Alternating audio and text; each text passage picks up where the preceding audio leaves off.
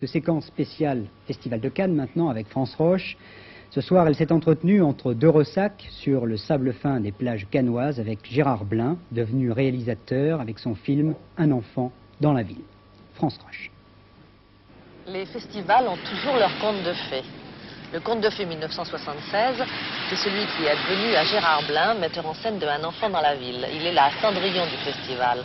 Son film paraissait le mois dernier Premiers oubliettes. Tourné avec des moyens de fortune, il avait les plus grandes difficultés à être montré au public.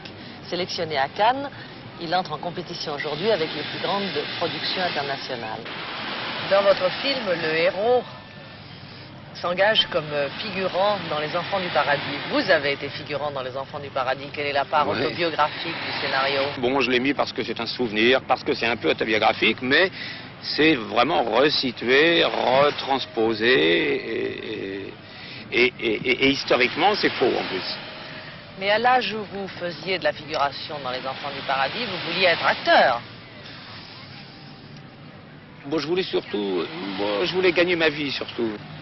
Si ça n'avait pas marché comme acteur, vous aviez une vague idée de ce que vous feriez? Non.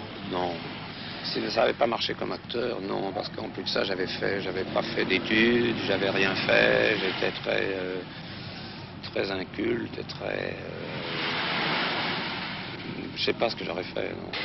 Il y a 20 ans, Blin était un jeune comédien. Il fut le héros du Beau Serge, des Cousins. Il fut même engagé à Hollywood où on le baptisa le James Dean français. Un enfant dans la ville est son troisième film. C'est le troisième qui m'a donné vraiment le plus de mal. Étant donné que j'étais sur deux films qui avaient relativement connu des échecs commerciaux, financiers.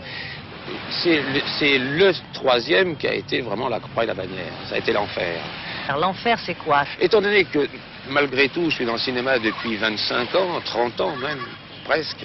Quand je téléphone à un producteur ou un distributeur, je veux dire, toutes les portes me sont ouvertes. Et puis, une fois qu'on a lu le scénario, on ne me répond plus. Et effectivement, ça peut ne pas intéresser les producteurs parce qu'il n'y a pas d'acteurs connus. Il n'y a rien au départ qui fasse que c'est une affaire facilement montable. Ce que je reproche, c'est que les gens soient impolis et indélicats. Et qu'on ne me réponde plus au téléphone, qu'on me donne mon scénario à la standardiste, passer le chercher à la standardiste et je ne peux plus jamais les avoir. Alors ça, c'est très déplaisant, parce que c'est quand même des petites humiliations, comme ça. Mais enfin, tout ça n'est que turpitudes humaines. Mais alors, de quoi vit-on pendant qu'on fait ce porte-à-porte et qu'on se fait répondre mal? Oui, c'est très difficile. Et puis surtout quand on est marié, qu'on a 3 enfants, 3 fils, c'est compliqué, oui. On vend des choses qu'on a, on fait de la synchro, on fait un peu de synchro de temps en temps, je me débrouille. Remarquez, si on me demandait de tourner, je tournerais volontiers, je veux dire, comme acteur, parce que ça assurerait au moins mon matériel.